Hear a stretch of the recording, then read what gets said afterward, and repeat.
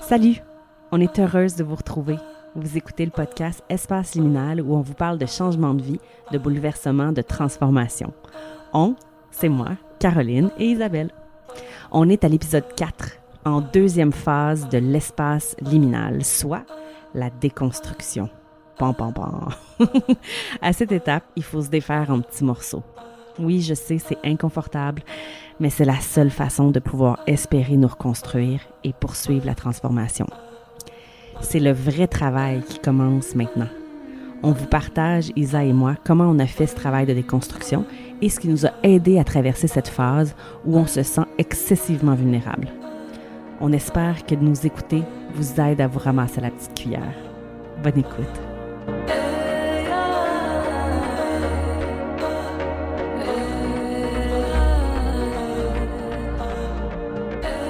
Alors, Caro. Hey, 4e épisode, Isa. Hey, on parle de fragmentation, de morcellement. On est en deuxième phase, mais là, on est vraiment bien entré, là. Tu sais, on n'est pas, on fait pas semblant, là. Non. Une image qu'une superviseure m'avait donnée pour illustrer la fragmentation, puis ça m'avait marqué, c'était l'image d'une forme géométrique. Un carré, par exemple. Mm-hmm. Un peu comme les jeux d'enfants, tu sais, où il y a des boules. Oui, Il y a oui, des oui. trous dans la boule, puis l'enfant doit trouver la bonne forme géométrique qui fit dans la bonne, dans le trou dans cette même forme-là. Mm-hmm. Ben, c'est une expression aussi, non? Hein? Round, square, one... Ah oui? Je vais te laisser parler. Round, square. Ça me dit rien. Fait que cette image-là de la forme géométrique, c'est comme si on s'était construite, par exemple comme un carré, parce que l'environnement socio-économique, familial et tout ça favorisait que le moule était en forme de carré. Fait que je me construis en forme de carré parce que le moule est en forme de carré. Puis éventuellement, ma forme rentre de moins en moins dans ce trou-là. Tu sais, faut comme que je force un petit peu, là, tu sais, pour que ça rentre. Ah oui. Puis c'est là où on peut se rigidifier un peu, tu sais. Puis, OK, je vais le forcer, là. Ça rentre plus, là, ça me rend plus service. J'ai plus les mêmes résultats qu'avant en utilisant ces stratégies-là d'adaptation, mais je le force. Jusqu'à ce que je me rende compte que peut-être qu'il faut que je me forme autrement. Peut-être que j'ai une dépression, un burn-out ou un changement ou un événement qui arrive, que je choisis ou que je subis. Et puis là, oups, je me déconstruis. Et là, avant de savoir ça va être quoi la forme la plus adaptative à adopter, que ça soit un carré arrondi ou défaire une arête. Tu sais, en mathématiques, on appelle ça les 4 arêtes sur un carré. Fait que là, c'est comme si les 4 côtés de la forme se retrouvent défaits en sachant pas s'ils vont en abandonner un pour devenir un triangle, en rajouter un pour devenir un pentagone. Tout ce qu'on sait, c'est que là, je suis comme 4 arêtes qui flottent. 4 côtés qui ne sait plus trop quoi faire de sa structure, qui est toute désorganisée, qui ne sait pas comment se réorganiser. Puis, dans ces moments-là, il faut tolérer cet inconfort-là, parce que sinon, on va juste rester le carré qui est plus adaptatif ou vite retrouver une forme qui est peut-être encore moins adaptative. La nôtre, oui. Fait que là, de dire, ça va être quoi être moi si j'essaie de revenir à qui je suis puis que j'essaie de risquer ça ressemblerait à quoi? Puis peut-être que ça va même pas être 3 ou 5 arêtes, peut-être ça va être des courbes. Ouais. Fait que là, ça demande une période où on est juste morcelé, fragmenté, puis qu'on attend de voir qu'est-ce qui va émerger de ça.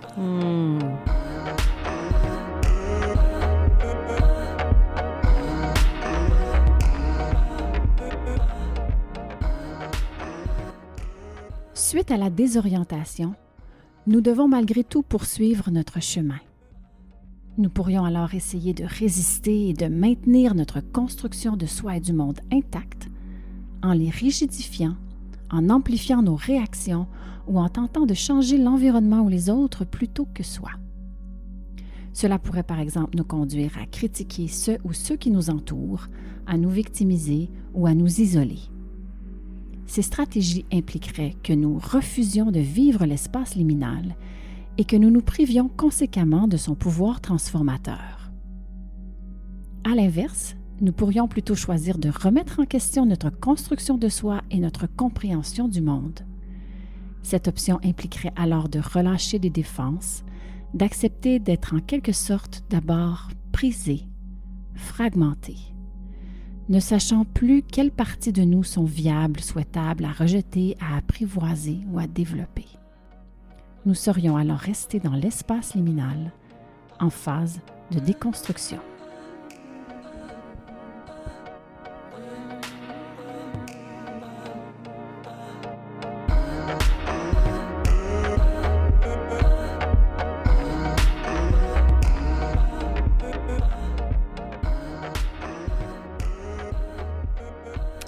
Raconte-nous, toi, Isa, comment ça a été cette fragmentation-là? Mais j'ai eu plusieurs phases de fragmentation liées à différents événements, mais si je pense à ce que j'appelle mon trauma professionnel, là, mais où il s'est passé vraiment une crise au travail, puis où le climat de travail a dégénéré, je me souviens d'avoir été très, très, très en colère, très triste, mais très en colère, où je me réveillais la nuit avec des cauchemars, où dans mes cauchemars, je m'imaginais nommer aux instances, par exemple, des choses, puis où j'étais entendue, comprise.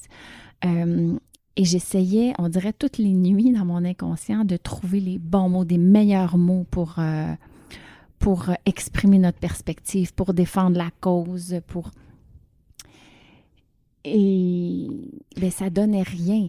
Mais c'est ça. Est-ce que c'était comme une façon... Est-ce que tu te rigidifiais dans une espèce de lutte? Oui, c'était vraiment une lutte où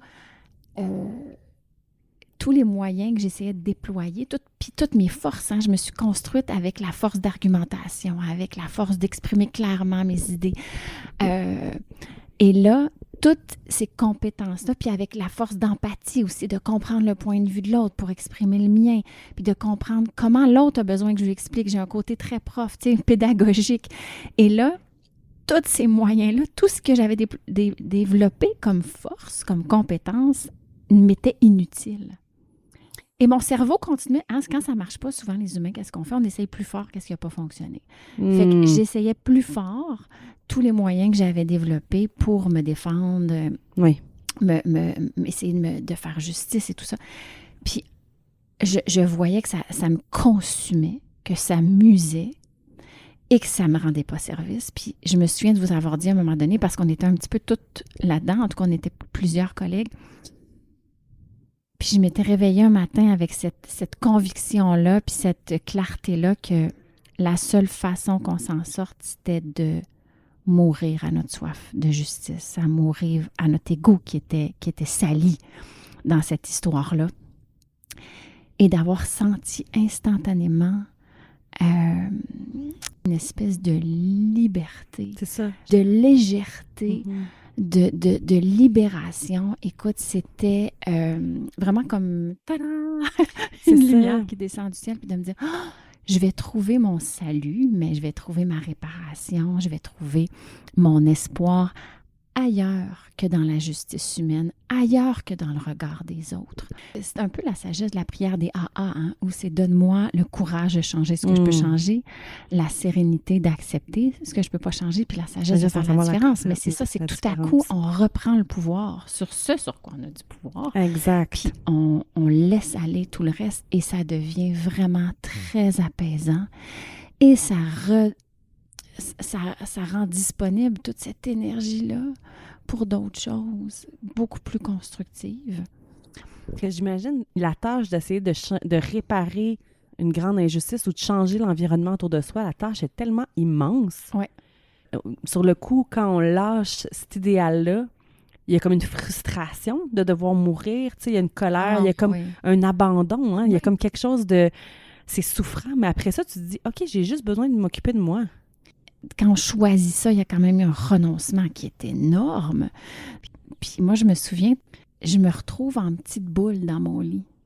C'est comme si, tu sais, la position fétale, elle n'est pas exagérée, tu sais, elle est vraie dans ces moments-là. Pour moi, on dirait qu'on essaie de contenir quelque chose physiquement. C'est comme si on essaie de se regrouper, de se sécuriser en essayant de se remettre en une boule, en un morceau, parce qu'on se sent écartelé. Hein? Complètement. C'est fou. Oui, complètement. Il y a certains bouts de moi auxquels il fallait que je renonce. Moi, je décrivais ça comme me sentir vide, en fait, puis me sentir trouée. Ah oui. Quand j'ai vécu la fragmentation, ça a été vraiment de vivre avec des morceaux qui me manquaient. J'en parle dans un de mes textes. Lis-nous ça. Puis de nous lire ton texte, ça va justement être de... m'humilier.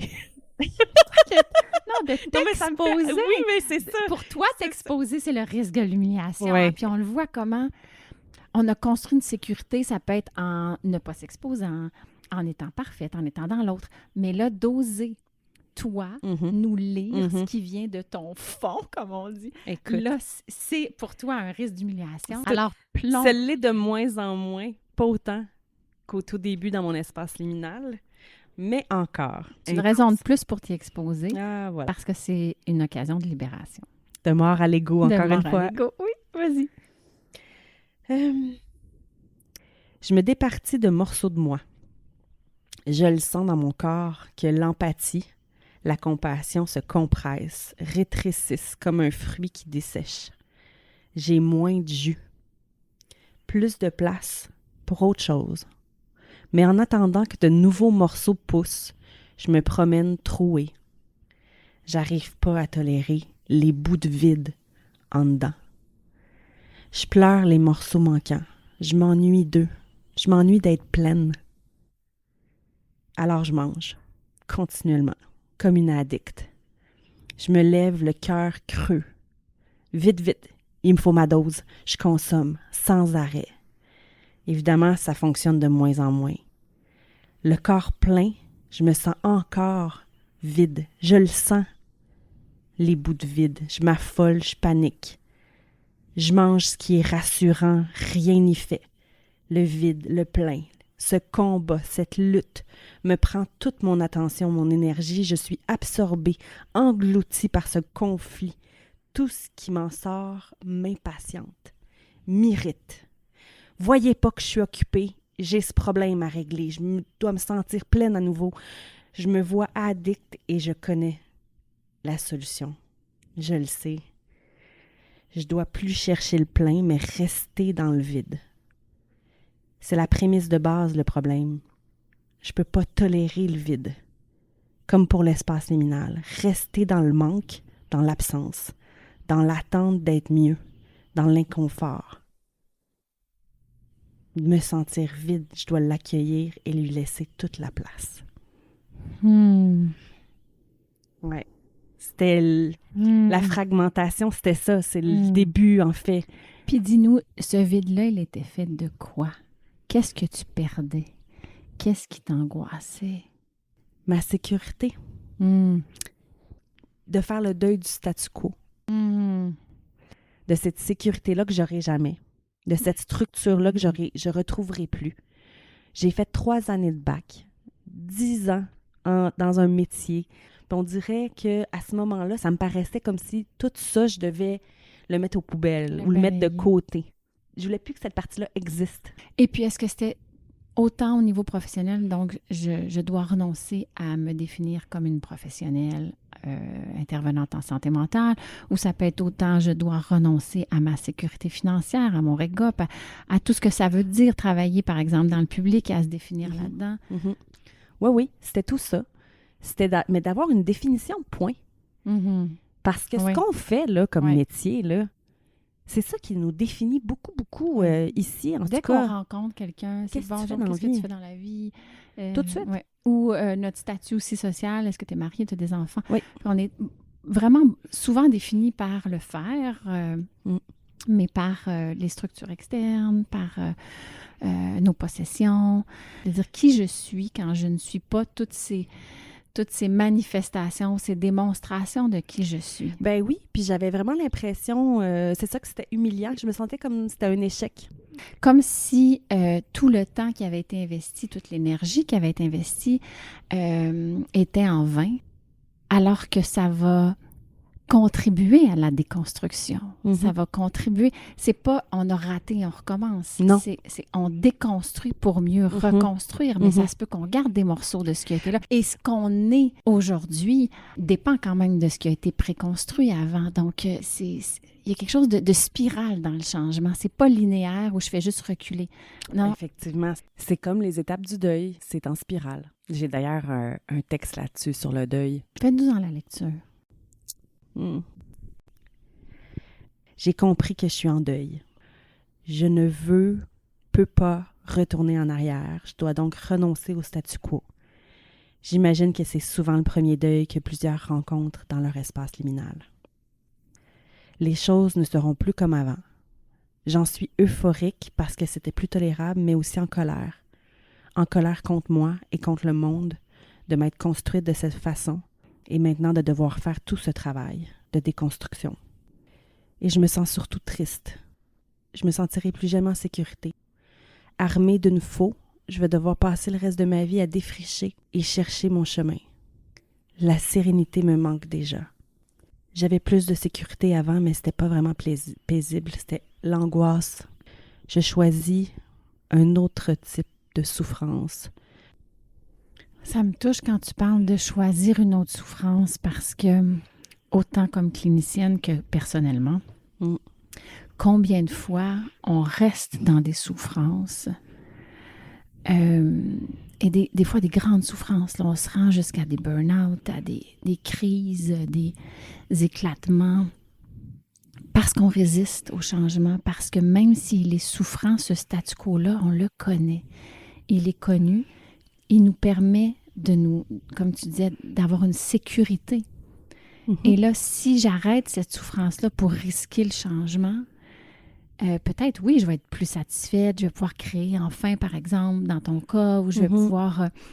mais j'aurais pu ma sécurité, parce que ma sécurité, je l'ai construite dans le fait, par exemple, d'avoir un travail régulier dans lequel j'ai des conditions, un salaire qui rentre, dans un couple, dans une famille, dans cette identité-là sociale. Donc, souvent, on sous-estime que la souffrance du changement, elle est énorme, là, les renoncements que ça implique. Puis, une fois qu'on entre dans l'espace liminal puis qu'on fait ces changements-là, je sais pas pour toi, mais moi, ça a été un enchaînement d'espaces liminaux. Puis, il y en a encore. Oui. Une fois que tu en ouvres un pour vrai, là, puis t'arrêtes de vivre du déni, on dirait que, hey, là, mais c'est parce qu'une fois qu'on l'expérimente puis qu'on voit que la pire souffrance qu'on a affrontée, finalement, nous libère de quelque chose, mais on en veut plus. Puis là, c'est comme si ça nourrit le courage d'affronter nos peurs. Exact. Passer par l'humiliation pour réussir à s'affranchir, à ne plus être dans le regard de l'autre. Puis c'est cette espèce de concept-là de mort à l'ego. Oui. J'aimerais ça que tu nous fasses la leçon. Je vous fais la leçon.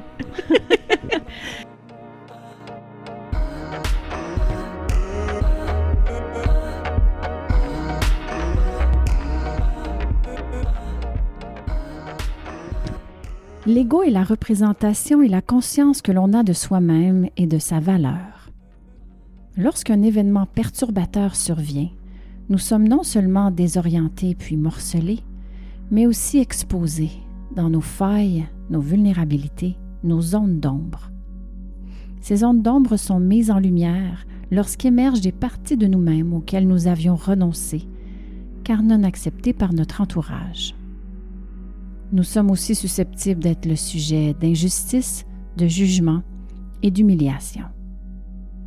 Toutes ces expériences font émerger en nous la honte que nous portons et réactivent nos blessures passées, nos peurs, que ce soit de ne pas être aimé, d'être écrasé ou rejeté. Cela peut nous conduire dans une quête énergivore et souvent vaine de reconnaissance, de justice, de réparation ou de restauration. Paradoxalement, pour pouvoir rester dans l'espace liminal et poursuivre sa transformation, il est vital de mourir d'abord à notre ego et à certains de nos idéaux, en nous rappelant que cette mort nous conduira à une vie nouvelle, libérée de ce pouvoir sur nous. Nous pourrons alors effectivement libérer de l'énergie pour le processus de changement, nous affranchir de certains dogmes, ne plus se définir dans le regard des autres, ni dépendre ou s'attendre à ce que la vie soit juste et facile pour y trouver un sens et un épanouissement.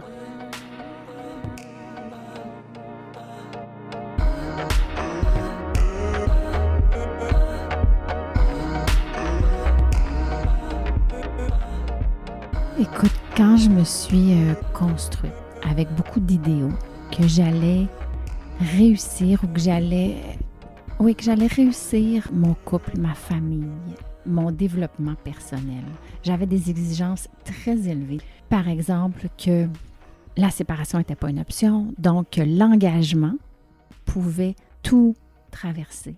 Puis j'avais cette conviction-là que l'amour pouvait être entretenu, puis l'amour sous toutes ses formes, là, l'amour engagé, l'amour passionnel, l'amour avec de l'intimité, qu'avec du travail, on pourrait tout traverser.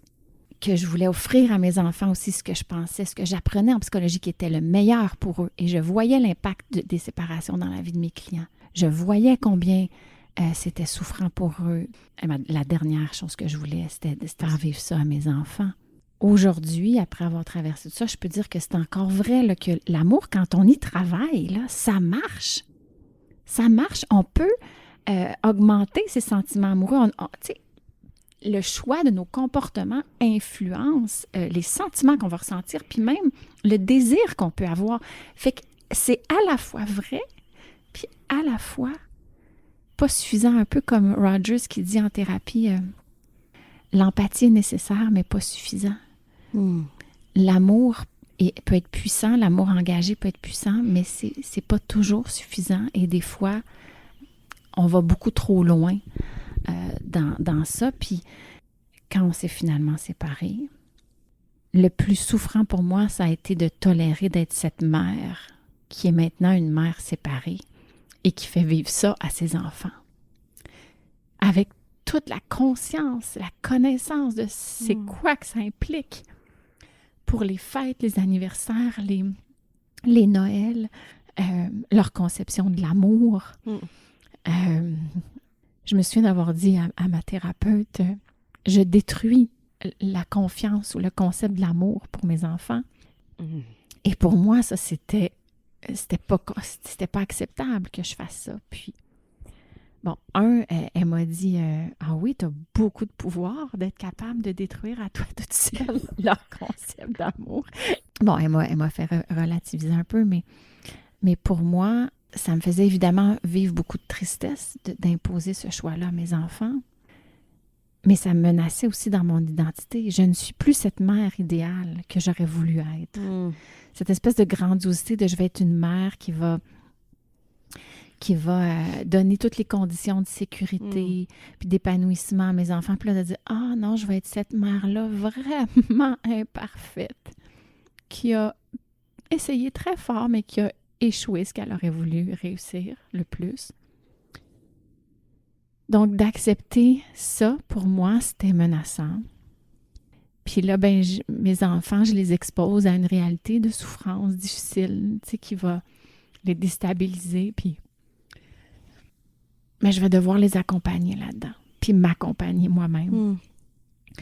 Fait que ça a été, je me suis sentie en petits morceaux, en sachant plus, mais qu'est-ce qui reste de moi comme bonne maman? Qu'est-ce qui reste de moi comme bonne compagne? Qu'est-ce que ça veut dire être une bonne personne, une bonne compagne, une bonne maman? Je le savais plus trop, parce que ce sur quoi je m'appuyais n'était plus là. C'est ça, il y avait un trou à la place de ce morceau-là. Fait que là, c'était comme, OK, je veux continuer. Tu constatais qu'il fallait que tu redéfinisses. Oui. Ce que tu disais que tu avais fait chez tes enfants, tu te l'avais fait à toi-même, en fait. De détruire cette conception-là de l'amour en redéfinition. Peut-être pas détruit, mais en redéfinition, en tout cas. Oui, c'est comme si je m'étais sécurisée dans moi en sachant quelles sont les clés d'une réussite familiale, comme l'engagement, comme l'amour, le dévouement, la persévérance, la loyauté. Si on nourrit ça, on va être en sécurité. Puis tout va être possible. Un peu comme l'espèce de rêve américain, là. Si tu y crois, tu sais. Ah, mais on l'entend tellement Je suis souvent. tellement pas d'accord. En plus, je suis la première à pas être d'accord que si tu le veux, tu le peux. C'est quoi la fameuse phrase? Oui, c'est ça. Puis là, quand ça s'écroule, c'est OK, ça va être quoi d'abord, ma sécurité? Il faut que je redéfinisse c'est quoi l'amour, c'est quoi aimer, c'est quoi. C'est quoi? Dis-moi, dans ces moments-là où tu te sentais fragmenté, qu'est-ce qui n'était pas recevable pour toi dans les découvertes que tu faisais de ce que tu étais réellement, puis que l'environnement ne te convient plus, par exemple, ou que tu veux mieux t'adapter à cet environnement-là, mais qu'est-ce qui te menaçait le plus? C'était de réaliser que j'ai peut-être cognitivement, que j'ai un cerveau peut-être différent, que j'ai peut-être un TDAH ou que, tu sais, je le sais pas. Je me suis jamais fait diagnostiquer, sauf par toi. Par mes collègues du service de santé. Mais tu sais, j'ai jamais été faire d'évaluation neuropsychologique, fait que je ne sais pas ce que j'ai, mais j'ai un petit quelque chose. Un petit quelque chose, je te le confirme, mais très charmant. Mais te conformer, en fait, à des systèmes très cadrés, très structurés, ça ne te convient pas du tout. J'ai besoin de structure. Oui. Parce que je suis non fonctionnelle sinon. J'arrive pas... j'ai besoin d'une routine très rigide, en fait, parce que sinon, je paralyse ou je Mais qui est adaptée à tes besoins, pas qui t'est imposé. Exactement. Exactement. Je dois vraiment suivre le rythme dans mon cerveau qui va avoir tendance à être hyper exigeant sur des détails, qui va être hyper focus à d'autres moments, qui va être en paralysie pendant des jours. Écoute, tu sais, pour moi, être ce cerveau-là, cette personne-là, c'était d'être quelqu'un de perdu, de désorganisé, de pas fiable, de trop intense. C'était lié à tellement de stigmas négatifs que de me dire, oui, c'est moi, je suis tout ça. Oui. Tu te sens pas winner. C'est ça. Ça a été tellement difficile de dire, OK, je suis comme ça. Puis il va falloir que... c'est ça. En même temps, je me sentais vraiment inadéquate parce que j'en parlais, c'était pas ça qui était valorisé, c'était d'être organisé, d'être tout ce qui vient avec ça, d'être vraiment carré, en fait. Puis moi, c'est comme moi, t'es barbe à papa. Complètement. Ça n'a rien à voir, tu sais. Fait que de réaliser ça, j'ai fait, OK, comment je fais fitter ça dans le monde, dans mes relations, dans mon travail? Comment ce morceau-là, il est là. Puis dans le fond, ce que tu avais conclu, c'est je ne peux pas être qui je suis, donc je vais me mettre au service des autres, je vais être à l'écoute des autres, je vais essayer d'eux les comprendre, eux leur offrir ce que moi j'aimerais qu'on m'offre. Dans le fond, c'est me donner le droit d'être unique, d'être différente, d'être juste à temps que tu dises « Hey, j'ai envie de me l'offrir à moi aussi, puis j'aurais envie de risquer peut-être que c'est plus si vrai que ça, puis peut-être que je peux adapter l'environnement à moi ou ma routine à moi plutôt que d'essayer de me conformer au prix de moi-même parce que tu y arrivais bien, mais ça te coûtait. Bien, ça me coûtait tous les beaux côtés que je ne connaissais pas, bien, que je soupçonnais, mais que je connaissais pas vraiment. Mais pendant un bout de temps, il y a comme toute une négociation avec ces morceaux-là de soi, ces zones, ces parties-là de nous, mal aimées. Plus que j'ai appris à mourir à mon ego, à dire je vais me tromper parce que j'apprivoise ce qui je suis. Oui, parce que comme artiste au départ, tu n'es pas en maîtrise. Non. Dans qui je suis, il y a aussi une personnalité très exigeante, très perfectionniste. Quand je fais quelque chose, je veux que ça soit parfait. Donc, ça aussi, ça a été quelque chose à accepter, à déconstruire dans ma tête, de dire, ben là, si tu veux faire de l'art, si tu veux créer, ben il va falloir que tu exposes ce que tu fais, que tu assumes ça, puis ça sera pas nécessairement bon, ça sera pas juste, ça sera pas adéquat, ça sera pas parfait, ça sera pas... Non! Il va y avoir des fils qui vont dépasser. Et ça va être c'est pas grave. Parfaitement imparfait, comme on dit souvent. Exactement. Une autre partie de moi qui a été très menaçante, c'était... tu sais, moi, plus jeune, je voulais faire de la comédie musicale. Puis j'avais mis ça de côté en pensant que c'était plus valeureux, que c'était plus louable de faire du service aux autres, de me rendre disponible dans le don de soi. Mais j'ai un côté... que toi, tu m'as beaucoup aidé à apprivoiser. Oui. Très extraverti, très under the light, très on the stage. Théâtrale. Très théâtrale, très Mais oui. expressive, très... J'aime chanter, j'aime danser. Quand Isa est dans une place, on le sait. Et ça, je méprisais cette partie-là de moi. Je la pensais égoïste, je la pensais mauvaise, plus qu'égoïste, comme presque sale, presque... Et j'ai dû réapprivoiser ça de moi. J'ai sciemment décidé de poser certaines actions qui allaient mettre ça de l'avant. Tout le côté qui brille, qui peut séduire, qui peut... Et de le mettre, d'essayer de l'exprimer dans un contexte que je trouvais acceptable, mais qui des fois transgressait mes lois internes. Et je me souviens d'une fois en particulier où j'ai osé déployer cette partie-là de moi, l'exprimer, et où après, je me sentais, toutes les cellules de mon corps me condamnaient, me disaient que j'étais mauvaise, et ça me rend émue d'y repenser. Mais je savais rationnellement, j'avais la conviction que c'était faux, que c'était un mensonge. Mais ce mensonge-là était tellement dans toutes les fibres de mon corps qu'il me condamnait. Et je voulais me cacher, mais je me souviens, j'avais même la fantaisie d'être internée. Internez-moi, je ne peux pas intégrer cette partie-là de moi, elle est mauvaise. On m'a dit que je n'avais pas le droit de la montrer. Et si ça existe, je ne pourrais pas poursuivre mon chemin en étant sereine, en étant... Et je me sentais, l'image que j'avais, c'est d'être dans l'œil d'un cyclone. Il y a une tempête autour de moi qui essaie de me condamner, qui essaie de me dire d'arrêter d'être qui je suis. Et moi, je veux rester au centre, calme, dans cette foi que d'être qui j'ai été créée, on pourrait dire, si on a la foi, mais qui je suis fondamentalement, de retrouver l'essence, ne peut pas être mauvais. Donc, il faut que je puisse apprivoiser ça, puis juste rester. Je n'étais pas capable de faire quoi que ce soit. Tout ce qui m'était disponible, c'est je vais rester là, en boule, dans l'œil du cyclone, à attendre que la tempête autour de moi se calme et que ce mensonge-là arrête de crier et que cette vérité-là commence à devenir plus solide, à s'ancrer. Et heureusement que je l'ai fait. Mais ça a été... vraiment toute une épreuve. Et après, c'est comme pour la désorientation, c'est pas que nous que ça secoue, mais tout notre entourage aussi. Et c'est là que je reçois le commentaire de « Mais je sais même plus tu es qui, qu'est-ce que tu deviens? » Et qu'on sent le mépris, la désapprobation, la panique chez l'autre. Et tout ce que ça crée comme détresse, que de ne pas sentir la confiance dans l'autre, que si tu deviens qui tu es nécessairement, tu sais, ça va être...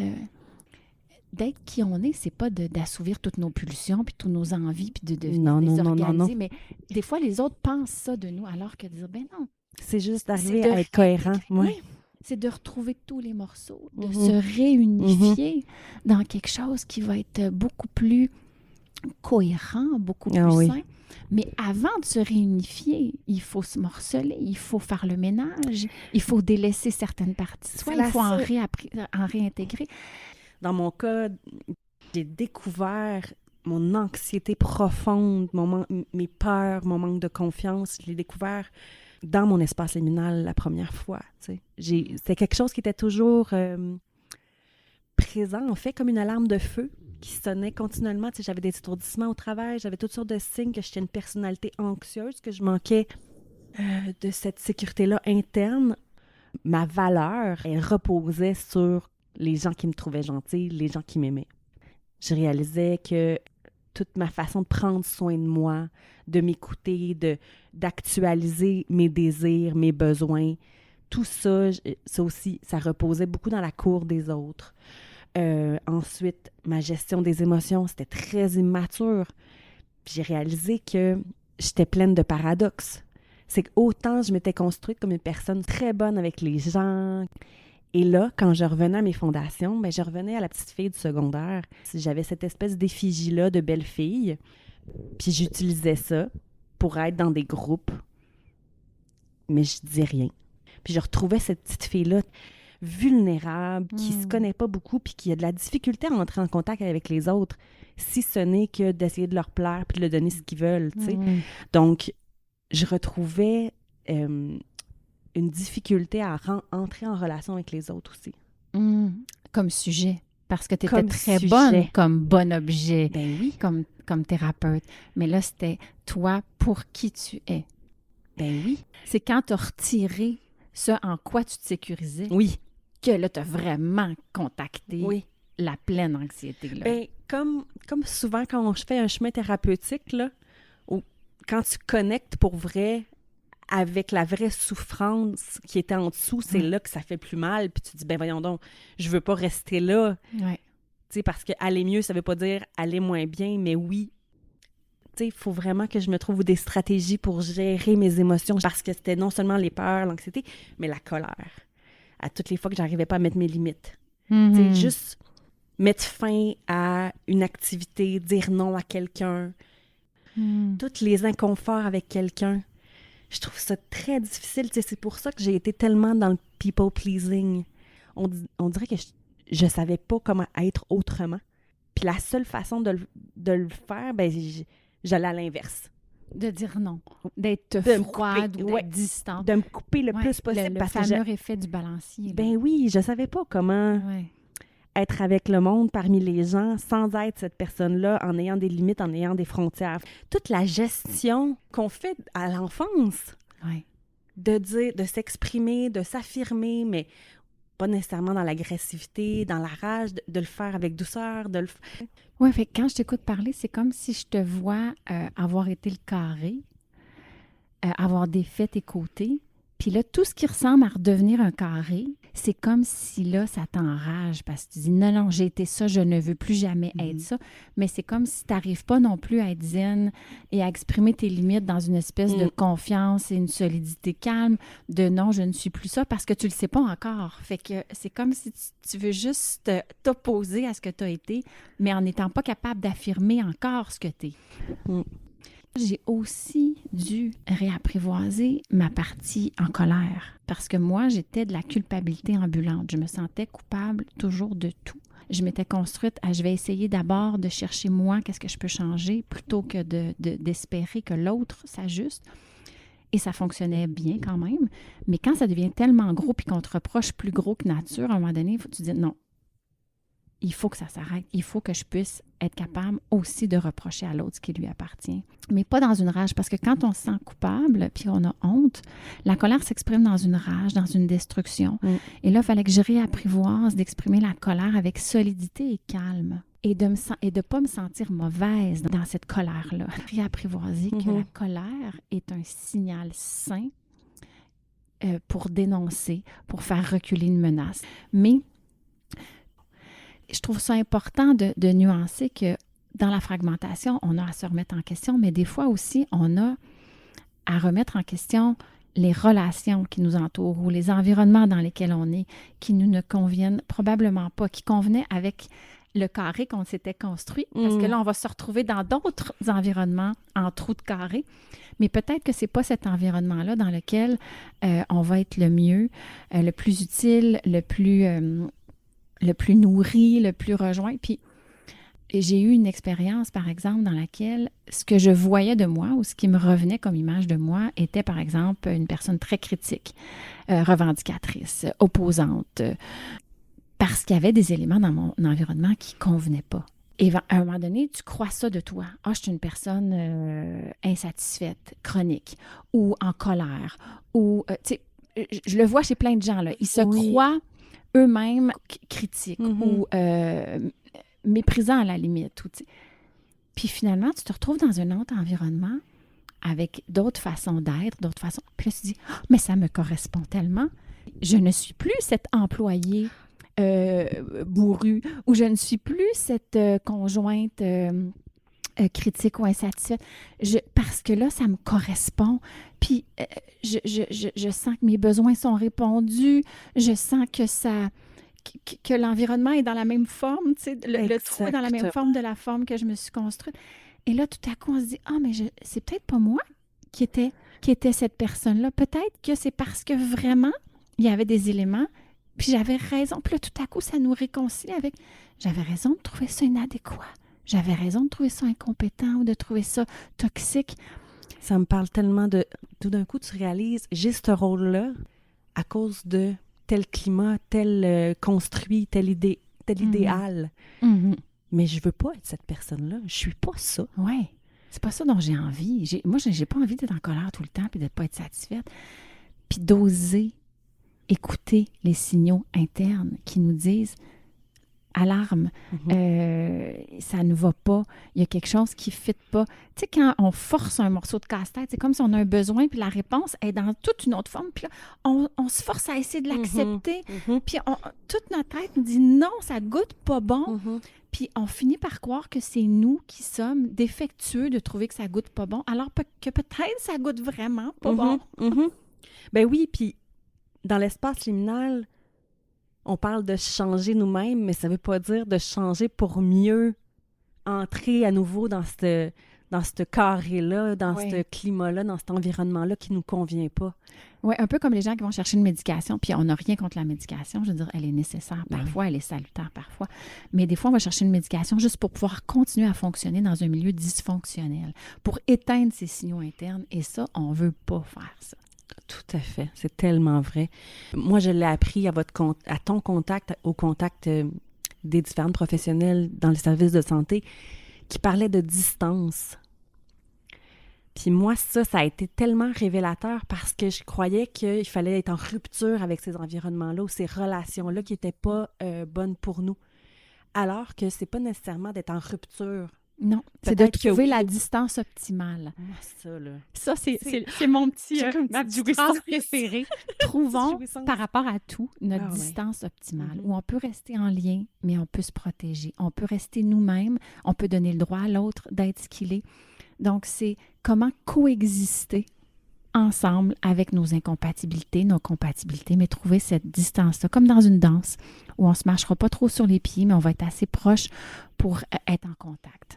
Donc, l'espace liminal puis la fragmentation, c'est à la fois une occasion de se remettre en question, d'abandonner des parties de nous-mêmes, d'en réintégrer, mais aussi de remettre en question notre environnement. Tout ce qu'on vit, qu'on subit, qu'on provoque est une occasion d'être transformé, de se réorienter. Et c'est ce que je trouve le plus beau de la vie, c'est que les événements, puis je le dis tout le temps, là, ils n'ont pas le dernier mot sur nous, mais non seulement ils n'ont pas le dernier mot sur nous, mais ils vont contribuer à ce qu'on appelle des croissances traumatiques ou des transformations, c'est-à-dire de faire que la personne que je deviens aujourd'hui ne sera plus jamais la même, et j'en suis heureuse d'être cette personne-là, même avec toutes ces traces-là, même avec toutes ces souffrances-là. Mais aujourd'hui, quand je rencontre un événement traumatique humiliant, je l'accueille. Je suis comme, OK. Ça pourrait mal se passer, mais plus je vais être humiliée, plus je vais être libérée de l'ego. Oui. Puis peu importe la réaction, il faut que j'accepte ça. Plus je suis jugée, plus je vais être libre du regard des autres. Plus j'ai d'échecs, plus je vais être libérée de cette peur du risque. Une fois qu'on a traversé les pires humiliations dans la fragmentation, on dirait qu'on est beaucoup moins atteignable. Oui, puis on sent qu'il n'y a plus d'épreuves qui vont pouvoir... c'est pas qu'ils vont nous atteindre parce qu'on reste des personnes sensibles, puis on veut le rester. Mais on sait maintenant qu'on a les ressources, puis que peu importe combien sera grande l'humiliation ou l'échec ou le jugement de l'autre, notre valeur n'en dépend pas. Notre valeur est ailleurs, puis ça devient vraiment, ça donne des ailes. On va pas en mourir. Oui. On a beau être en petits morceaux. On va en mourir, mais on va ressusciter. C'est ça. Mais c'est une partie de nous qui est juste une représentation de quelque chose qui n'est pas réellement nous, qui va mourir là-dedans. Puis c'est juste plus pour faire émerger, puis pour faire naître autre chose. Puis ce qui va revivre va être plus sage, plus sensible, plus empathique, plus libre, plus aimant, plus heureux. Fait que c'est plus proche de qui on est vraiment. Ça va être plus cohérent, ça va être une réelle rencontre avec notre réelle personne. Ce qui nous reste à faire, une fois qu'on est en morceaux, là, on va se mettre à explorer ce casse-tête-là. Oui, on va être en phase d'exploration. À la prochaine, au prochain épisode, dans cette phase où on ressort les crayons de couleur et on se remet à dessiner. Oui. à faire des brouillons, à en jeter, à en recommencer, à y mettre d'autres couleurs. Oui, Ouais. là, ça va être aussi les lueurs qui vont arriver, puis les premiers frissons. On a hâte de vous nommer ça. À la semaine prochaine!